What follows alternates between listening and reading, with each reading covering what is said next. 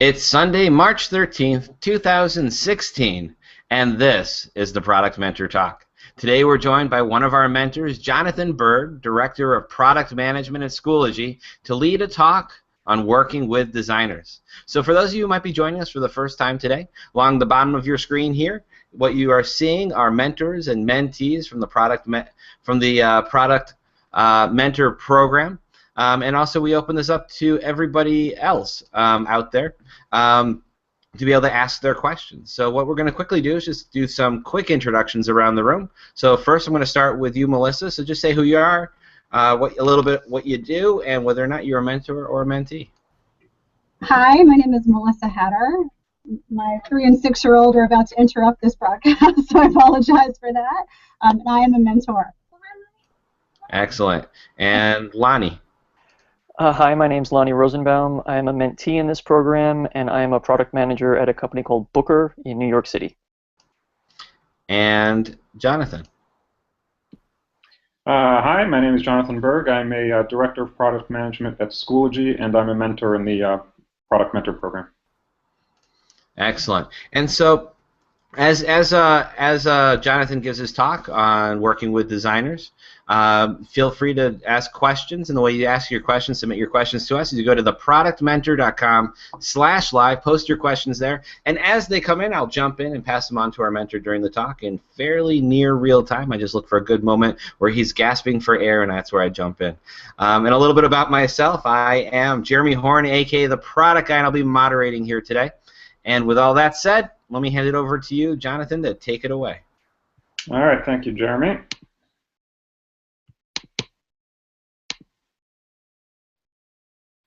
All righty. So thanks for that handoff, Jeremy. And today I'm going to be talking about working with designers, which I'm pretty excited to talk about, as I've had the privilege of working with some pretty fantastic designers throughout my career. So before I jump in, I'll tell you a little bit more about myself. I'm currently a Director of Product Management at a company called Schoology. We're an educational technology software company based in New York City.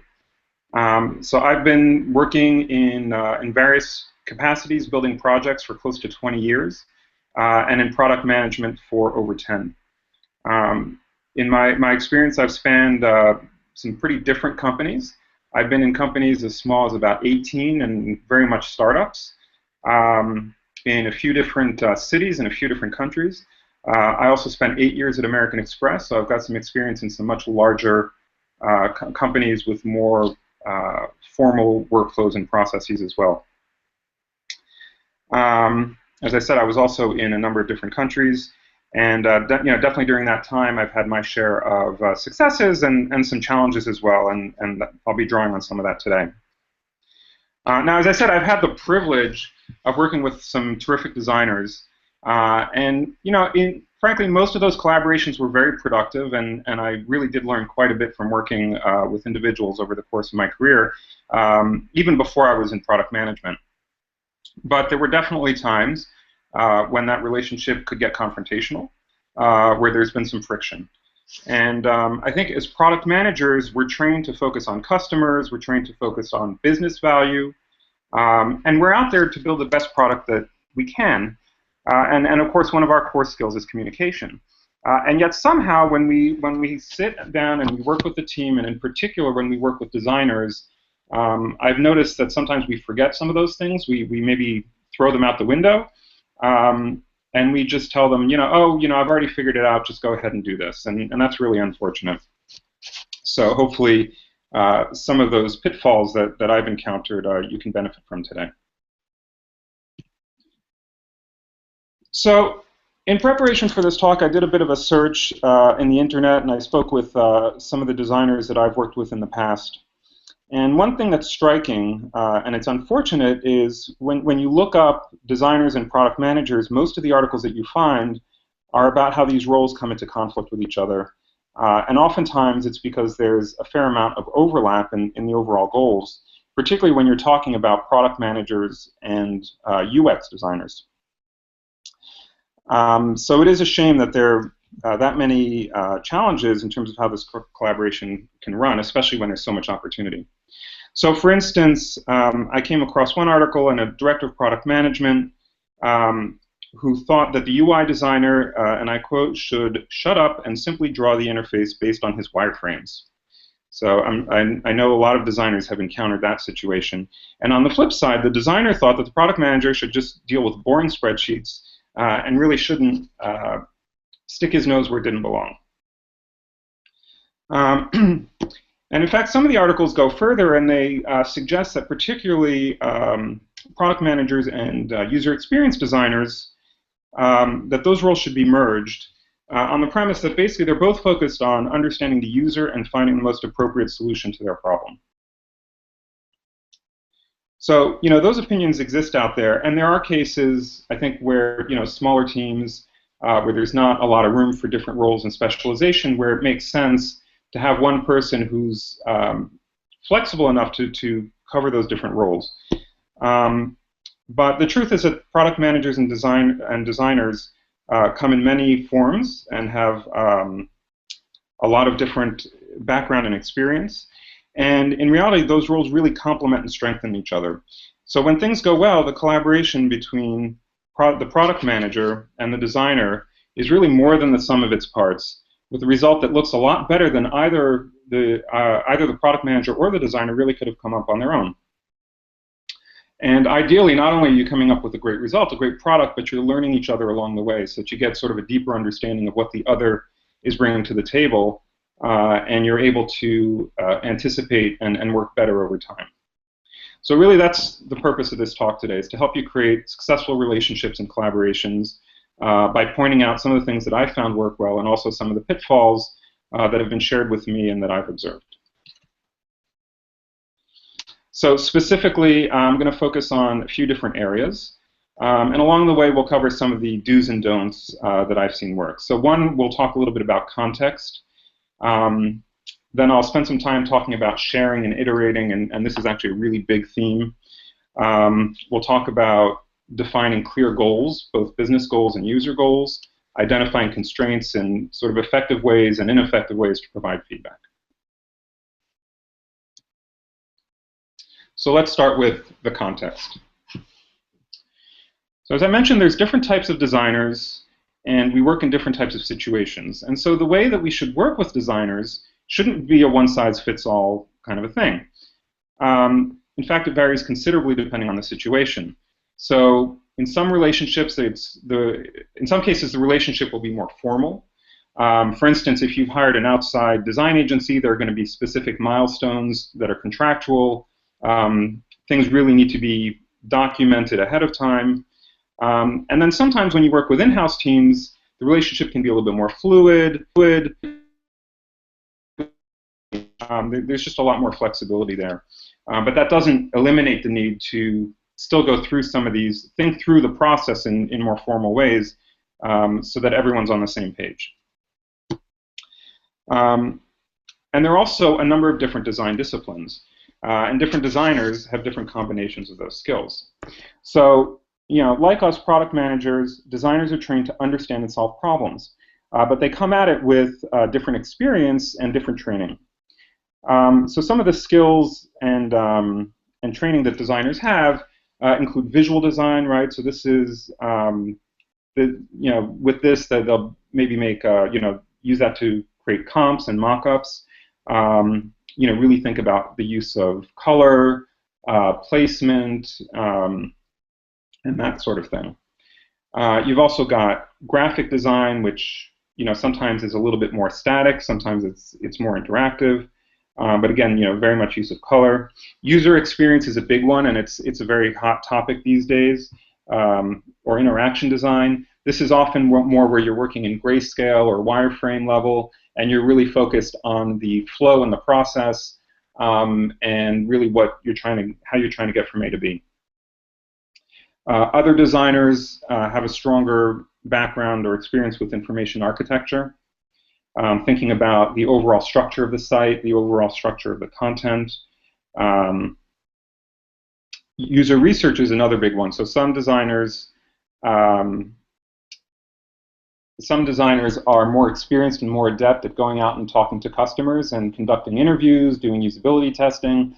Others have a lot less experience in that, but they still benefit from learning from what's happening there. And then there are the designers who are better at some of the technical tools. So some designers are good at HTML, some and CSS.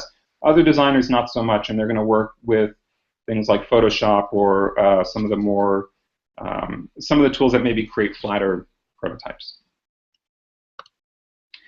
And then on the other side, there's the context of the project. So if you're building a brand new feature or rolling out a new strategy, then you may, and it's early in the project, then you may not know exactly yet who the personas are, exactly what the problem is that they're trying to solve. You may still be in the requirements gathering phase, and that's okay. And we want to work with designers even in that early phase of the project. We may still be getting to the bottom of the underlying problem or the job to be done. So if this is the beginning of the project, so one question to ask yourself is this the beginning of the project, or are we already well along that, we've collected that information? It's more a question of making sure the designers are aware of everything that's come before. On the other hand, we might be redesigning or replacing something that's already in place and maybe doesn't work as well as it could, or that's dated. So if we have a reasonably good understanding of the customer and the customer's needs, then we do need to think about what's driving this change. So why have we decided to make this investment, and why have we decided to make it now? And maybe that's the underlying problem that we're trying to solve. Is this just a visual refresh of the site, or are we trying to solve deeper issues with the current experience? And then lastly, and we work with designers every day in this mode, we might be looking at incremental changes. In this case, we may just need a quick adjustment or addition. We may be more time constrained and have less latitude. Often there will already be well-defined user interaction patterns, style guides in place that we can rely on, and so we're not trying to reinvent the wheel here. And so the process and what we're trying to do is going to be different. So each of these situations requires a different set of contributions from the design team and a different level of effort. The key takeaway here is that should be clear to the design team up front. So when you're engaging them and you're asking them to help you design a checkout flow or a test-taking flow, which is something that we work on, it should be clear up front to the designer whether, okay, we're really just trying to do some incremental changes here. I'm not looking for you to reinvent the wheel. We just need to solve this one little piece of the problem, or maybe we're looking at it and we're saying we're really not satisfied with what it is today, and we've got scope to do a much broader look, take a step back, and do deeper investigation. So a lot of designers can help you with both of those, but if they don't know which one you're trying to do at the outset, then they may go down and they may end up spending a lot of time and energy, and then get frustrated when we're not interested in what they brought to the table.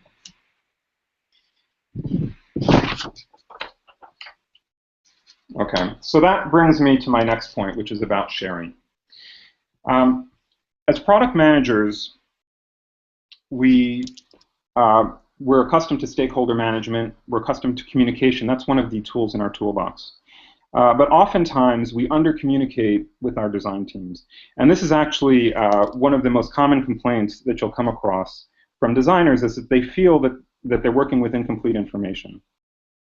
Occasionally, a product manager deliberately hoards information, but in most cases, we just fail to understand that our own colleagues in design need the same information that we're using to define product strategy and product priorities. So, for instance, the lead designer in my current company, when I reached out to her for this presentation, she mentioned, well, I like it when product and design collaborate on user research and competitive analysis. Hearing firsthand is important to us, and I like it when the product has clear business and user goals. Another presentation that I found by Patrick Neiman and Stephanie Bergman, Patrick, who's a design director, says, what I'm looking to you as a PM is I want you to bring me to the promised land. I want you to be the one who drives the vision, the one who says, this is where the product is going. I want you to share that vision with me because I need that vision in my head when I design the product. I really don't like working with product managers who are just running a schedule and checking the box. I want them to be able to convince me that this is what we will sell to the customer. And sometimes it's well-defined and sometimes it's not, and that's okay. And we need to be transparent with that, transparent up front with our design team in going through that. Often they'll want to contribute to arriving at that vision, and we'll have some really useful insights and ways of breaking down the problem that helps us come to a more robust solution. So share your data, share your research, share the business drivers and goals, the strategy. And in terms of sharing your data, I mean, that's everything, right? So if you've done some customer interviews, share the transcript. If you've got usage data from the system, share that as well. And some designers are going to be happy to dig into the numbers. They're pretty good with the more quantitative side of things and will be able to derive their own insights. Others are not as comfortable with that. That's not a skill that they've developed as much. And so you may need to give them the takeaways, but explain how you reach the conclusions, because the thought process is going to be very important to them.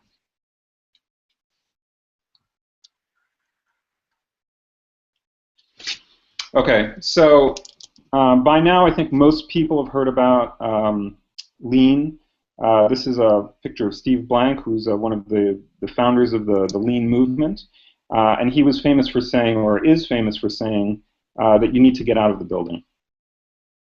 So absolutely, you should be talking to your customers, and that's not really the subject of this talk, but it's something you should be doing, and whether that's going out into the field, whether it's doing guerrilla testing in a Starbucks, whether it's doing it over the phone, those are all valuable, but you should definitely be doing it.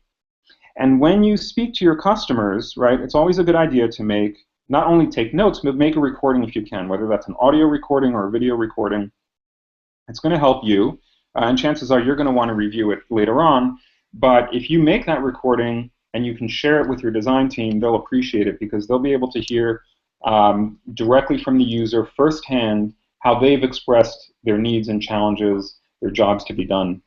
And oftentimes, if there's a video, they'll be able to see some visual cues that maybe you missed or you didn't pick up on, and that their training has enabled them to see more effectively.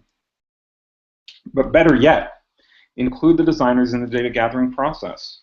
So large organizations may have a research department, and maybe you're going to farm this out to someone else, although you'll still maybe be behind the camera or the one-way mirror. But for most of us, research is part of our role. And designers can be great partners here, because this is, the research is often part of their role too, so we should be partners. And that goes really in any phase of the project, whether it's the discovery phase when we're trying to nail down the problem and solution, or in the later stages, like usability testing. So I've really had some great results doing this and working with my colleagues. I'll collaborate with them to even refine the aims of the customer interviews. So we'll talk about what it is we're trying to achieve in this particular round of interviews, why we're going out there, why we're reaching out to customers. We'll collaborate on the discussion guide that we'll use to facilitate the session. And we'll even take turns facilitating the session. So sometimes I'll do it. Sometimes one of the designers on my team will do it. And there's really actually a lot of benefits here. One is that by not always being the facilitator, it allows you to sit back and listen a little bit more. It gives us all a chance to practice and improve this key skill set for us, and to provide feedback to each other about what's going well and what could be improved.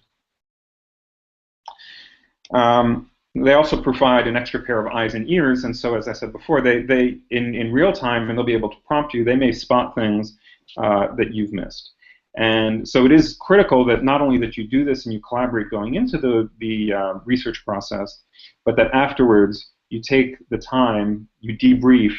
What did we see? What did we discover? But also, in the spirit of Agile, how did the process go? What could we have done more effectively? How could we have conducted the interview differently?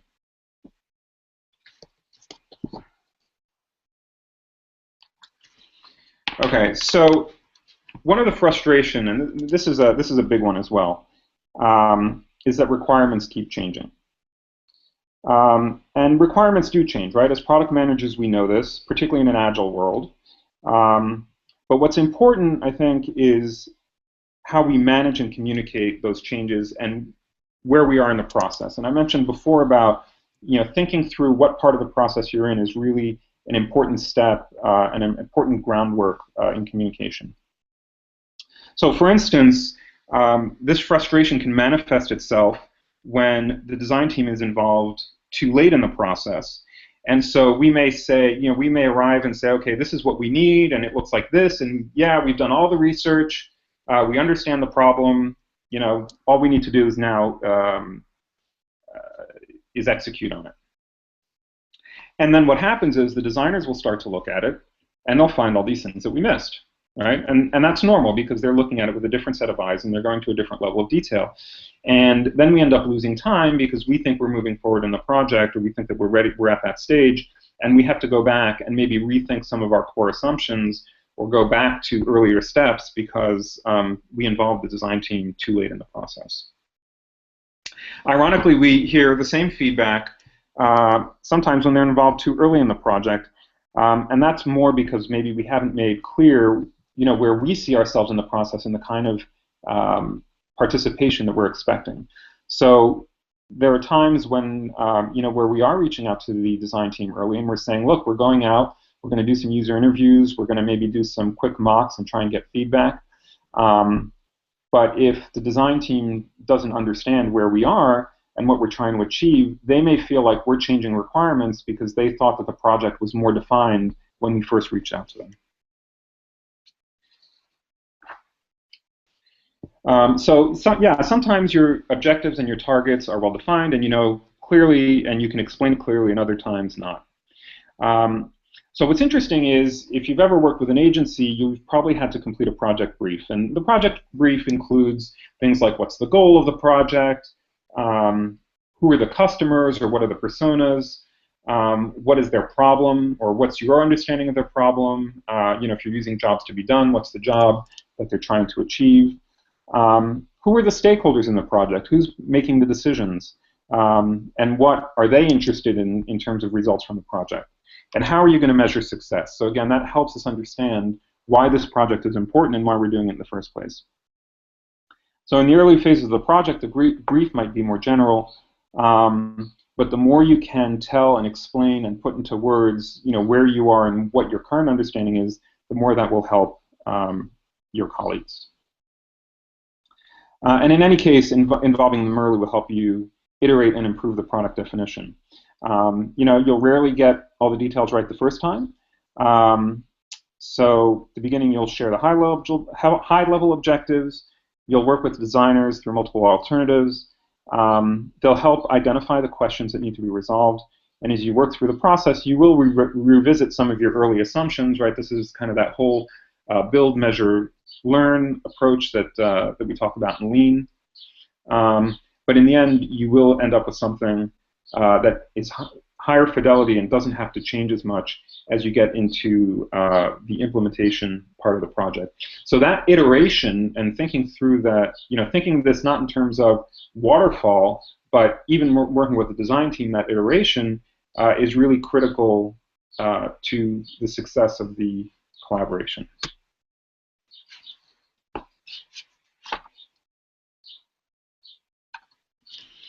Okay, so I think this is pretty common and pretty well known now. The user story, as a who am I, what do I want, and why do I want that? And this ties in also with the project brief, but it's important to have that kickoff and to define your user stories early on. Each of these is designed to communicate what's important, and at each phase of the project, it's going to be a little bit different, but it should be clear to everyone what we're about and what we're doing.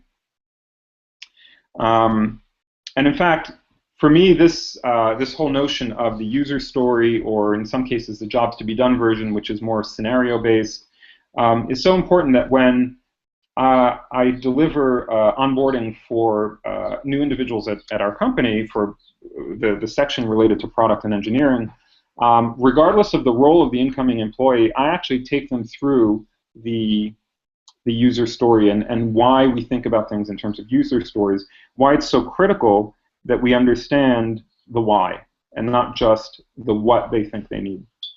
And yet, when we work with designers, we sometimes, again, we may forget this, and we may forget the importance of that, and we may tell the designers, well, just build this thing for me, and not really explain the underlying reasoning or the underlying basis for why we've asked for that.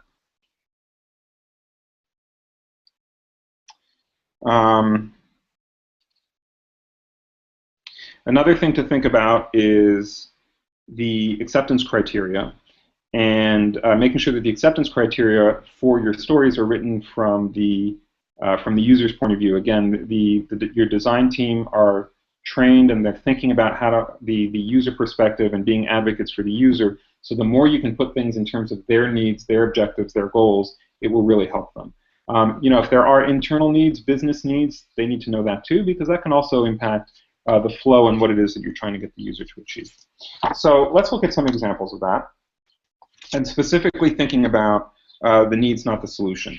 And this is really a big one. This is probably the single biggest complaint that you'll hear from designers in some form, which is that we give them a solution and we say, oh, I just want a list of a list of tasks and just make it look nice. All right. And instead of leveraging their expertise and seeing how they can really help us think through the problem and think through different ways of framing the question, and leveraging their knowledge of the platform, their knowledge of the style guide, we're essentially providing, in fact, too much direction. So that everything here is about providing enough direction, but not too much direction. And honestly, oftentimes they have a much better sense of the style guide and how we've solved this problem in a different part of the application that maybe you're not involved in, and they bring that to bear. In fact, this happened to me just the other day, where I had asked for a very small change, and the designer was able to say, well, we actually solved a similar problem in a different part of the application. Why don't we do it this way? And when we went and we talked to the engineers, they said, sure, yeah, that's no problem. And we ended up actually with a much better, more user-friendly solution than we would have if we limited it to what I had envisioned in my head. So here are a couple of examples. The first is, this is for a test-taking app. So I'm on a page where I start the test, and I can see a list of previous attempts that I made. This will be just like the list an instructor sees. All right? So this is not such a great user story or requirement, because we're being very prescriptive about what we expect to see. We're already telling the user that we expect to see a list, and we're telling the user where we expect to see the list, right? I've already placed it in the flow. It's going to be on the page where I start the test. And instead of focusing on what the user actually needs, which is, I need to see a list of previous attempts that I have for this test. And so there's different ways to solve this, and in practice, it turns out that putting it on the start page isn't the most effective way to put it, and the design solution in this case turned out to be a different one, and putting it in a different place. Another example is, let's say you've got an app for a sports team, and as the product manager, you say, oh, I just want a calendar so that I can view all the baseball games and dates and allow purchase of tickets. There should be navigation so I can see the whole season or a single day. Oh, you know what? I just did a quick mock-up. Here's the concept, something like this. So a better way to frame that would be to say, as a user, I want to see all the game dates for the season so that I can plan for the future. So you see, I can plan for the future is the underlying need, and maybe a calendar view, the way you mocked it up, is the right way to do that, but there could be better ways to do it. And again, as a user, I want to view individual game dates so that I can invite friends to join me. Again, the thought process and the reasoning behind choices are what's important. And as you get designs, it's important that you're going to want to talk through, why things were solved in a certain way, and really have that conversation, because that's where the magic happens. So we just had a question. It just came in from Philip Lakin, and so I'm going to review that right now. What is the best way to frame examples of solutions you are a fan of without overstepping the creative design and direction? Yeah, that's a fantastic question. So one of the things, and actually I'll talk a little bit more about this later on, but it can be helpful to show existing solutions or solutions that you've seen before on other sites. But when you do it, what you really want to communicate is what you like about it or what's effective about it. So if you like, the way discussions are threaded on a particular site, instead of just saying, well, just do it like that because they've spent millions of dollars in research and they've come up with a solution, a better approach is to say, I like the way they've done it that way because it makes it easy to see very long conversations in one place, and not, and it doesn't take a long time to load. So the more you can get behind try and understand your reasons for liking or disliking certain experiences, the more that helps the designer figure out what's important and what to incorporate. And oftentimes also, instead of proposing a single solution, is to look out there and say, okay, well, here's several. Here's 5 different ones or 10 different ones, and these are the ones that I like, and here's why I like them, and here's the ones that I don't like, and here's why I don't like that. And that really creates a conversation, creates space for a conversation and for a better solution, rather than shutting things down and just saying, you know what, let's just do that because someone already thought about it. But that someone else may have thought about in different contexts, which isn't relevant or as relevant to your particular problem. Great. That's all the questions we have right now, but everyone keep them coming in. Post your questions to theproductmentor.com/live, and as they come in, I'll keep passing them along. With that said, back to you, Jonathan. Great. Okay, so the next thing is, is be humble and be open and be ready to learn. So, as I said before, some product managers have to play a design role. I think to some degree we always contribute to the design conversation, and that's a good thing.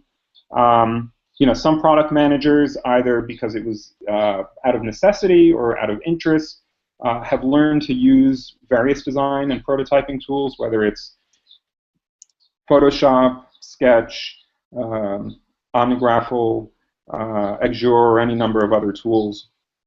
So you may have those skills, and that's okay. And in fact, it's good to be curious and interested and try and learn from the designers, whether that's, you go out and you read articles about design, understand why typography is important, or the use of color, the use of white space. That can allow you to be a more active participant and have the vocabulary to have effective dialogues with your designers. But do remember that when you're working with designers, they hopefully have deeper experience than you. They've been doing this for longer, and they're not pixel pushers, right? They're not just there to fill in the colors for a design that you've come up with. So let the as I said,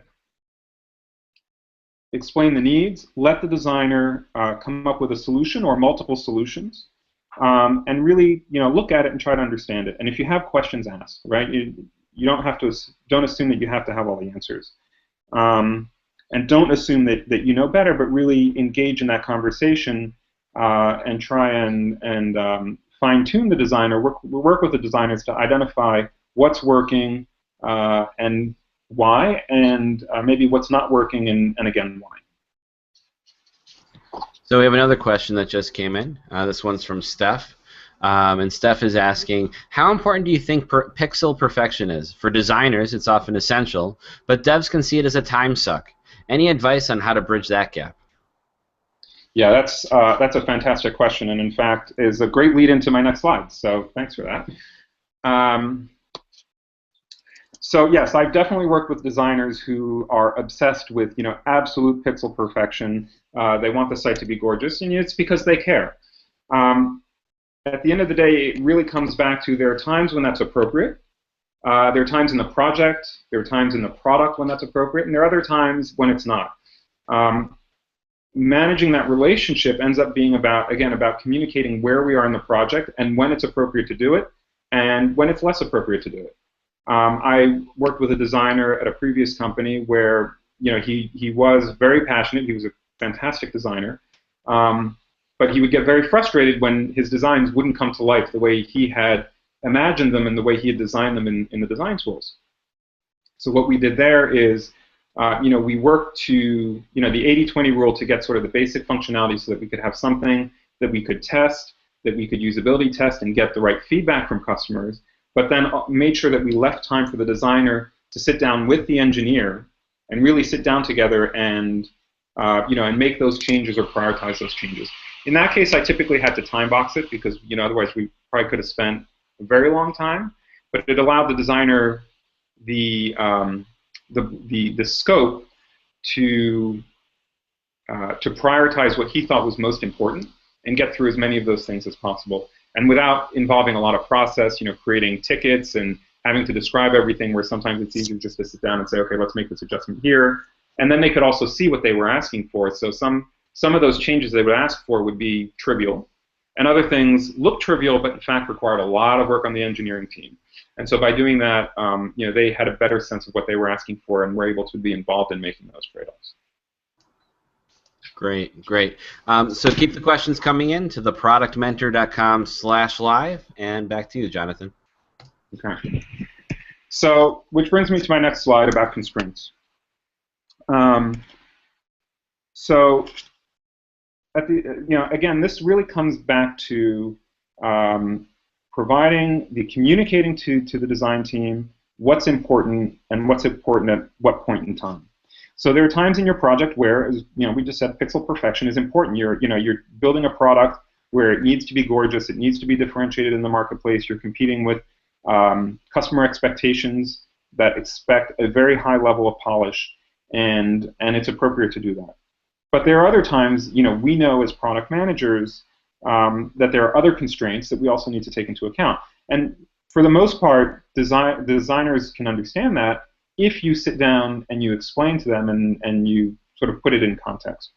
So some of the constraints that are relevant are time, right? So time is not an unlimited resource, and we have to balance it. Understanding the importance of this particular change versus other changes that are coming later. I've found that designers, the design team will often understand some of the other needs of the platform. And if you say, look, I don't want to spend too much time on this because we're going to work on this other thing, they'll be on board with that because they'll agree with you that that other thing is really much more important, and the priority now should be to make way for that much bigger problem. So technology is another big one, and I touched on it a second ago. Some things are easy to do and easy to adjust, and other things are not. And some of that is dependent on your particular technology stack and the way you've built it, and maybe tech debt. And some of those things are within your control, and some of them are not within your control.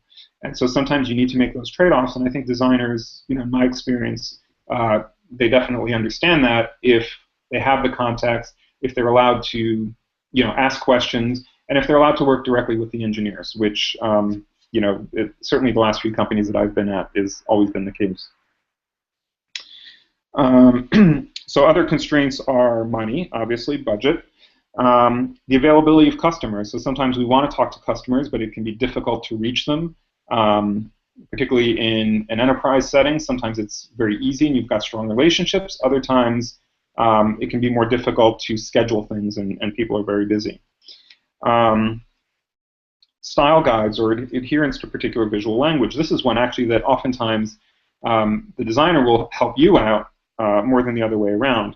But to what extent does this change need to be very adherent to the style guide, or maybe a new style guide that you're working towards, and constrains what we can do?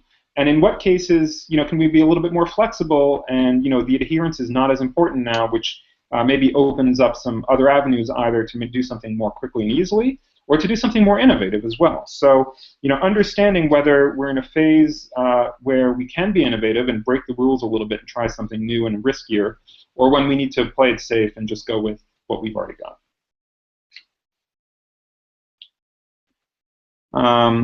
So, yeah, again, as product managers, we're accustomed to balancing these competing constraints. A lot of designers are also especially those that have a little bit more experience, understand that, and they've had to do that too. You want to avoid the tyranny of pixel perfection, and I've been in situations where that happens. But again, this is about shared understanding, and sometimes understanding that now's not the right time, but the right time will come, and we'll make sure that happens when we're ready. Great. We have another question that just came in, this one from Melissa. Melissa is asking, how do you handle a situation when a client hands you a design that they want that may not be a suitable solution to the business challenge that needs to be solved? Okay, so it sounds like this may be where you as the product, I don't know if so this is the designers often find themselves in this situation. I think it's interesting that this is coming from a product manager, where maybe the product manager is in the same situation. So the first thing is empathize with your designer, because they're probably going through the same thing. And if it's frustrating for you, it's going to be frustrating for them as well. Again, I think it comes down to constraints and picking your battles. And a lot of it comes down to working with the stakeholders, with the client, and understanding the underlying is really everything I said, except sort of shifted out one level. So why are they asking for this? Why have they come to you for this project? Will doing what they've asked for solve their problem or not? And if you don't think it's the perfect solution, but it meets the business goals and business objectives, then that may not be a fight that you want to pick. But if you are convinced that they're not solving a problem, then that's when you want to try and take a step back and take things back to what I would call first principles, which is what are the business objectives, what are the user objectives, how are we going to measure success, and then you can have a conversation about measuring success. Ultimately, you want your customer to trust your expertise. You want to trust the expertise of your designers. So when you go in and you say, I want this to be orange because I think orange looks pretty cool, and the designer says, yeah, but orange is unreadable and it can make people crazy. Assuming that that it's a good hire, then you've hired them for their expertise, and you need to trust in their expertise. But what you can do is have a conversation about why you think that's important. If you think that particular color is important, and maybe it's because that color is part of your brand and it needs to be worked into the design somewhere. Maybe that can be solved a different way. So there's different reasons why that may come up, and understanding those reasons is often a path to sort of a mutually beneficial result. Excellent. Yeah, so that's all the questions we have at the moment. Keep them coming in. theproductmentor.com/live. Back to you, Jonathan. Okay.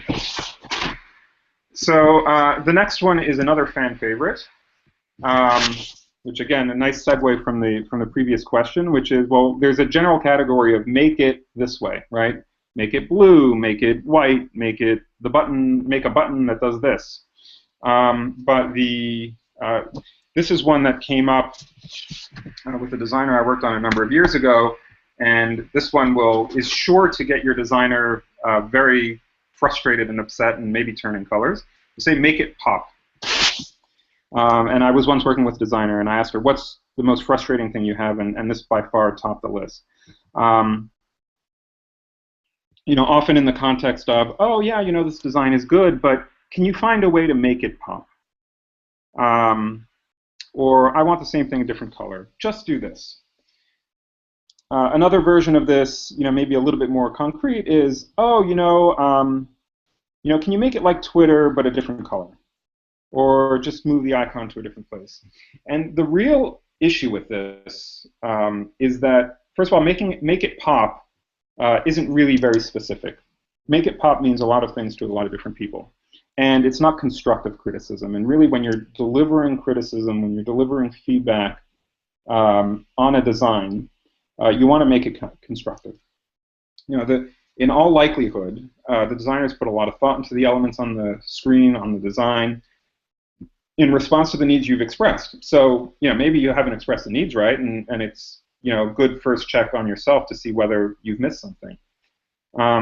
And if you do feel it's not right, or maybe it's not quite right, take a step back. If you can't put into words, verbalize what the issue is, then maybe you haven't understood the problem well enough. And so there's an opportunity there to challenge yourself to really think through what's not working.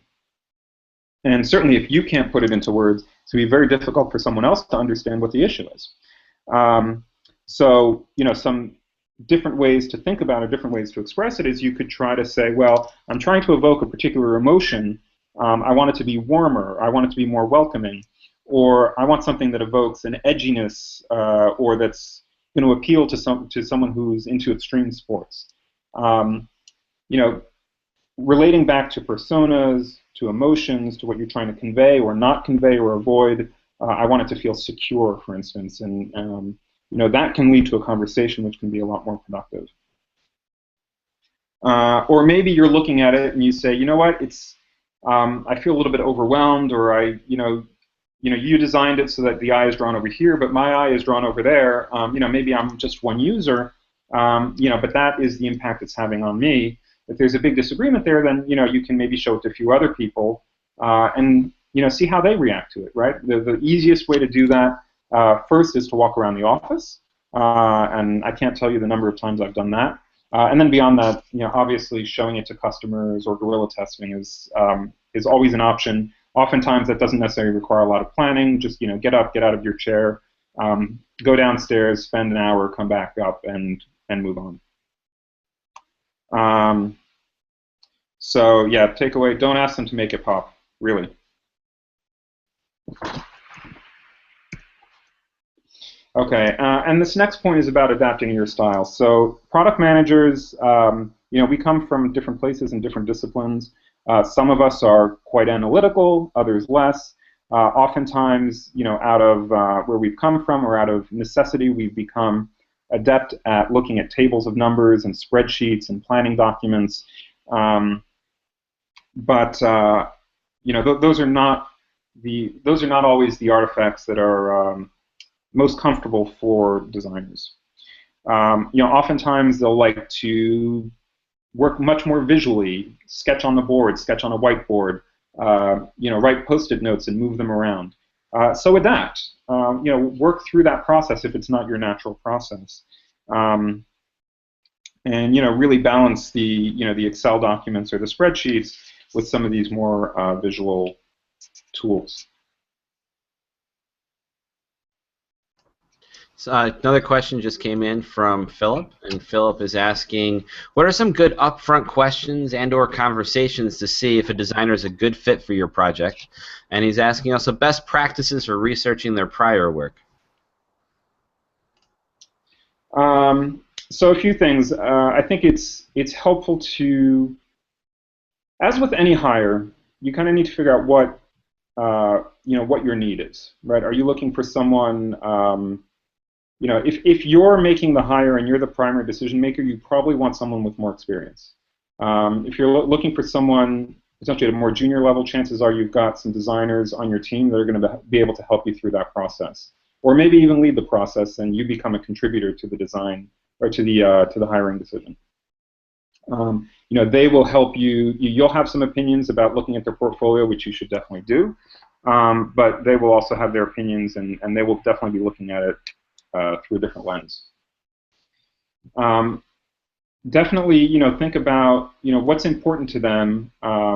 So if it's your first hire or an early design hire, one is, you know, you need to see whether you're comfortable with the type of design that they've done.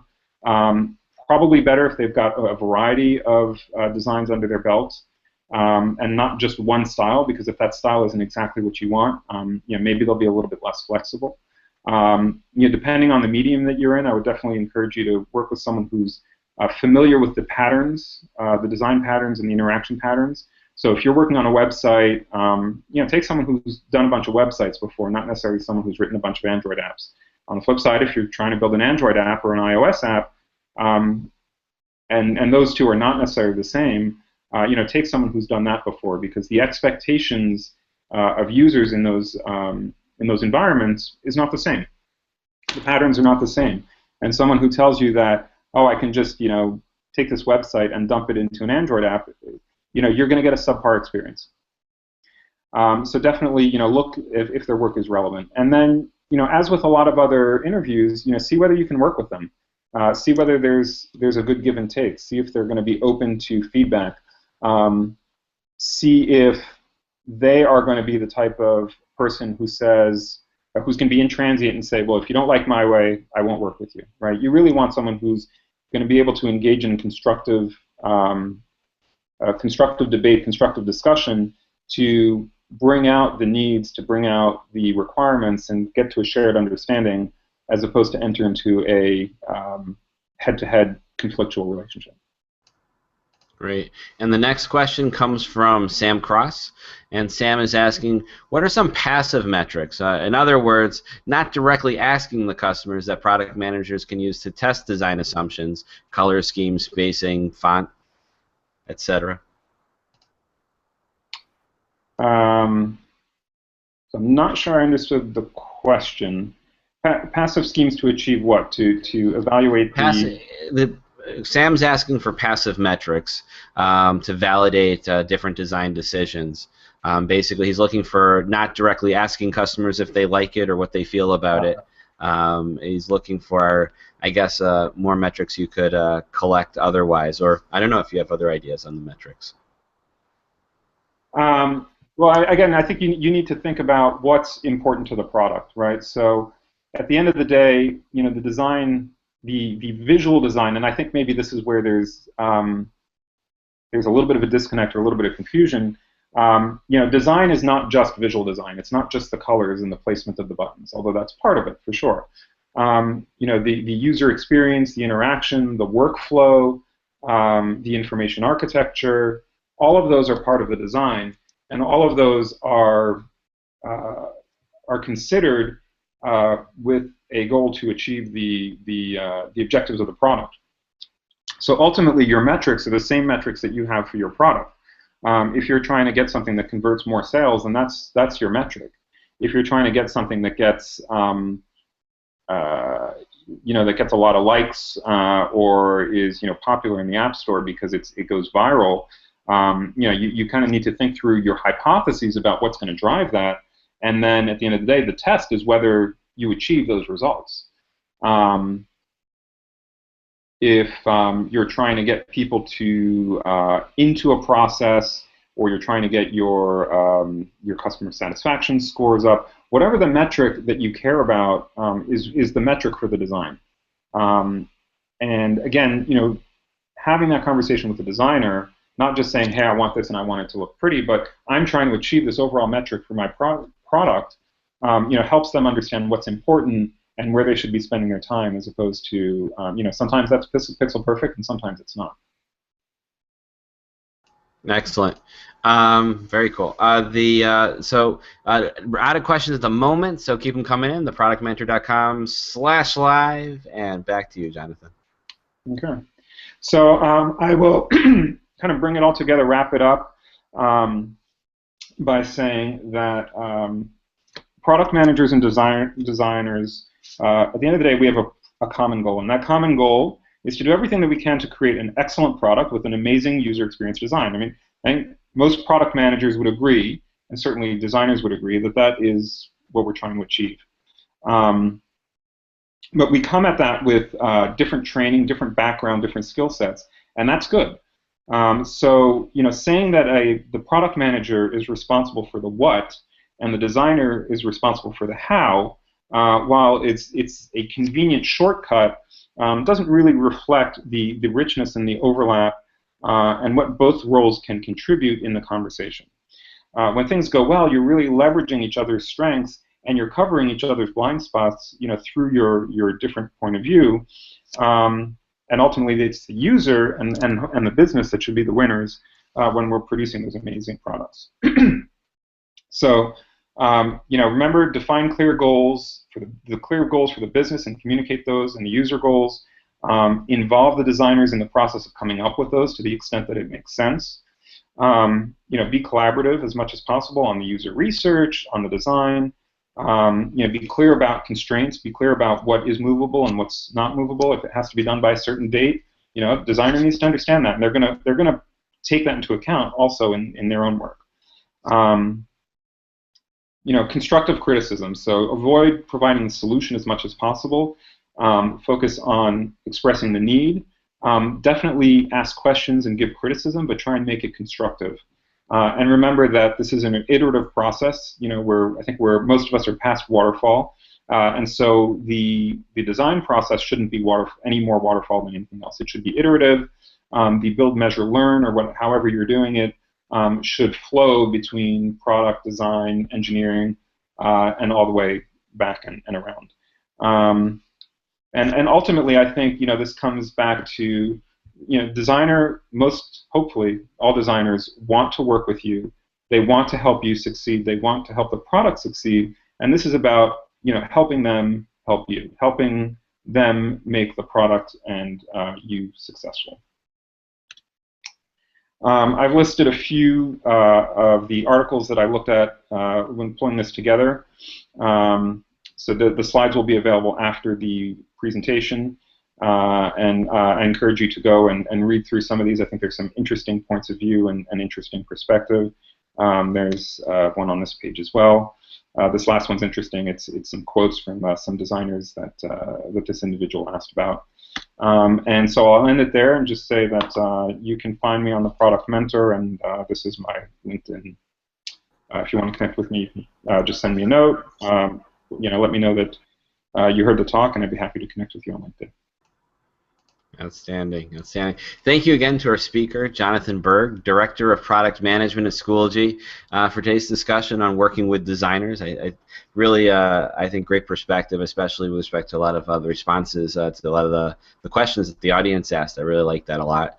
And also, don't forget, the presentation that you saw here will also be shared up on our SlideShare channel. And also a big thank you from me, Jeremy Horn, the product guy, and everyone else who joined us today in the Product Mentor. Don't forget, if you're interested in being a mentor, and we can always use a lot more product mentors like today's speaker, Jonathan, to product people of all sorts of people all around the world, digital products, physical products, all skill levels. Please visit theproductmentor.com and sign up today. Session 5 starts on May 1st, so if you don't make the cut for being a mentor in Session 5, there's a good chance you'll be in Session 6 that comes after. And if also you're looking to fill a new product job with a great product person, visit our very own free-for-all job board at theproductjobs.com. With all that said, I'll see you guys all on the next Product Mentor Talk. Bye.